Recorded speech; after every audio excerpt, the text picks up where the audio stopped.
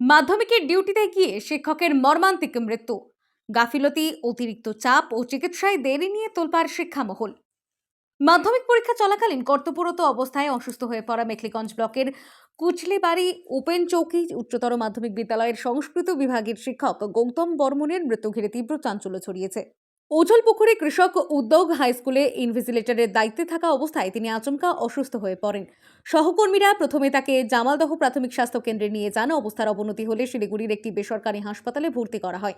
সেখানে চিকিৎসাধীন অবস্থায় শেষ পর্যন্ত তার মৃত্যু হয়। এই ঘটনার পরেই প্রশ্নের মুখে পড়েছে পুরো দায়িত্ব বন্টন ও জরুরি চিকিৎসা ব্যবস্থা। স্কুল সূত্রে জানা গিয়েছে, এবছর মাধ্যমিক পরীক্ষায় গৌতম বর্মন কিউআর টিমের সদস্য ছিলেন। পাশাপাশি তাকে অ্যাডিশনাল ভেন্যু সুপারভাইজারের দায়িত্বও দেওয়া হয়েছিল।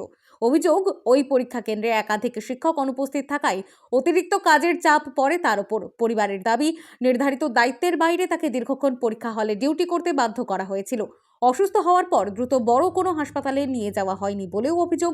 প্রথমে প্রাথমিক স্বাস্থ্য কেন্দ্রে নিয়ে যাওয়া এবং পরে শিলিগুড়িতে স্থানান্তরের সময় নিয়েও প্রশ্ন উঠেছে। শিলিগুড়িতে ভর্তি থাকার সময় তার মৃত্যুর গুজব ছড়ালেও পরে পরিবার জানায় তিনি তখনও জীবিত ছিলেন। শেষ পর্যন্ত সোমবার তার মৃত্যুর খবর আসে।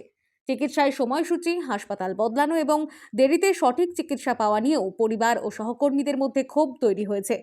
স্বামীকে হারিয়ে ভেঙে পড়েছেন স্ত্রী শুক্লা রায়। তার বক্তব্য, ডিউটির চাপের মধ্যেই ও অসুস্থ হয়ে পড়েছিল। সময় মতো ঠিকঠাক চিকিৎসা পেলে আজও বেঁচে থাকতো। বাবা গোপাল বর্মনের কথায়, ছেলে কখনো দায়িত্ব এড়ায়নি, ঠিক সময়ে বড় হাসপাতালে নিয়ে গেলে হয়তো প্রাণটা বাঁচানো যেত। উল্লেখ্য, শিক্ষকতার পাশাপাশি গৌতম বর্মন শিকারপুর গ্রাম পঞ্চায়েতে তৃণমূল থেকে নির্বাচিত পঞ্চায়েত সদস্য ছিলেন। সমাজ ও শিক্ষাক্ষেত্রে তার সক্রিয় ভূমিকার জন্য এলাকায় পরিচিত মুখ ছিলেন তিনি। দায়িত্ব পালন করতে গিয়ে এমন অকাল প্রয়াণে মেখলিগঞ্জ ও মাথাভাঙা জুড়ে নেমে এসেছে শোকের ছায়া। এই মৃত্যুকে ঘিরে অতিরিক্ত কাজের চাপ, মানসিক চাপ এবং জরুরি চিকিৎসা ব্যবস্থার ঘাটতি নিয়ে শিক্ষা মহলে তীব্র প্রশ্ন উঠেছে।